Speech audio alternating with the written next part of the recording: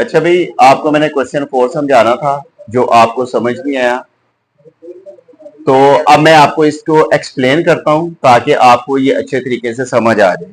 अब सबसे पहले तो आपको ये रिव्यू एक्सरसाइज का क्वेश्चन नंबर 4 पता होना चाहिए कि क्वेश्चन क्या है। फिगर दी हुई है, if the given triangle ABC is equilateral triangle. अब सबसे क्वेश्चन के अंदर आपको ये पता होना चाहिए कि इक्विलैटरल क्या होती है।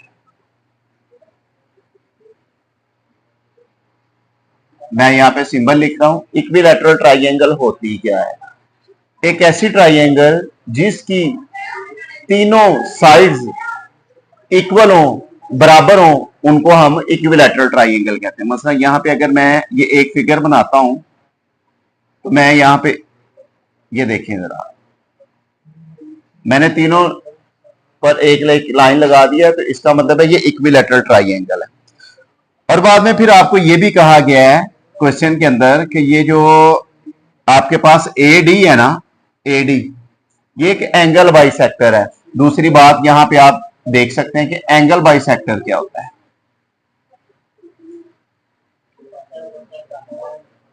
अब एंगल बाइसेक्टर आपको पता होना चाहिए। सपोज कि ये एक एंगल है, एंगल, इस एंगल को अगर हम दो बराबर हिस्सों में तकसीम कर दें तो उस एंगल को बराबर हिस्सों में तकसीम करने वाली जो रे है ना, ये रे, इसको हम एंगल बाइसेक्टर कहते हैं। तो क्या किया है कि इस लाइन सेगमेंट ने ना, अब यहां पे चूंकि हम ट्राइंगल के अंदर ये लाइन सेगमेंट लगाएंगे, रे नहीं लगा सकते, तो इसने क्या किया है कि ये जो ए डी है ना, इसने एंगल ए को दो हिस्सों में डिवाइड कर दिया।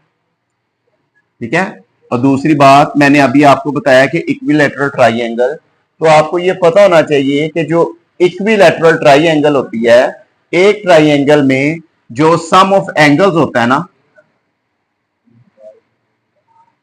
सम of angles in a triangle is equal to 180 degree.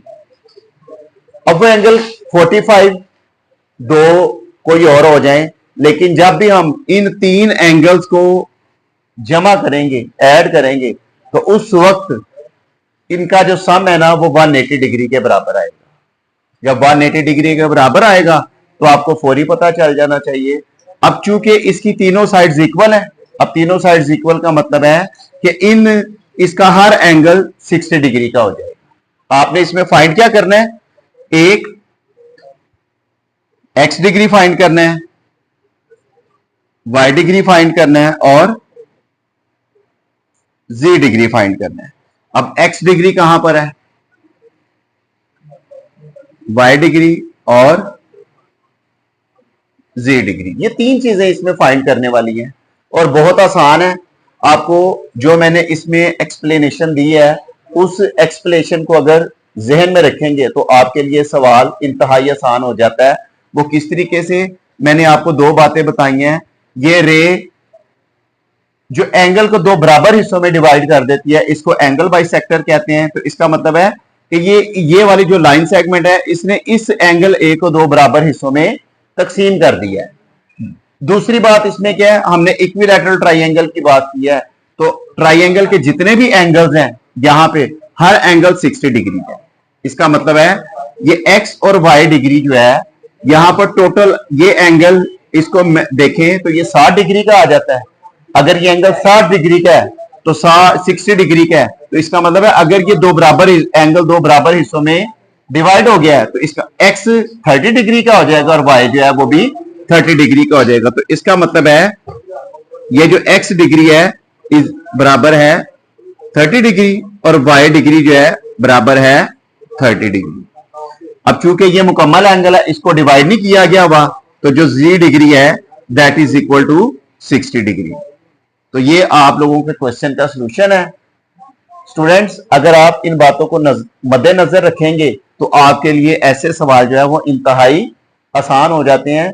सिर्फ इन सवालों की लॉजिक को समझने की बात होती है, वरना ये सवाल कोई इतने मुश्किल नहीं होते या कोई आसमान से नहीं उतरे हुए कि आप इनको अच्छे तरीके से सॉल्व ना कर सकें।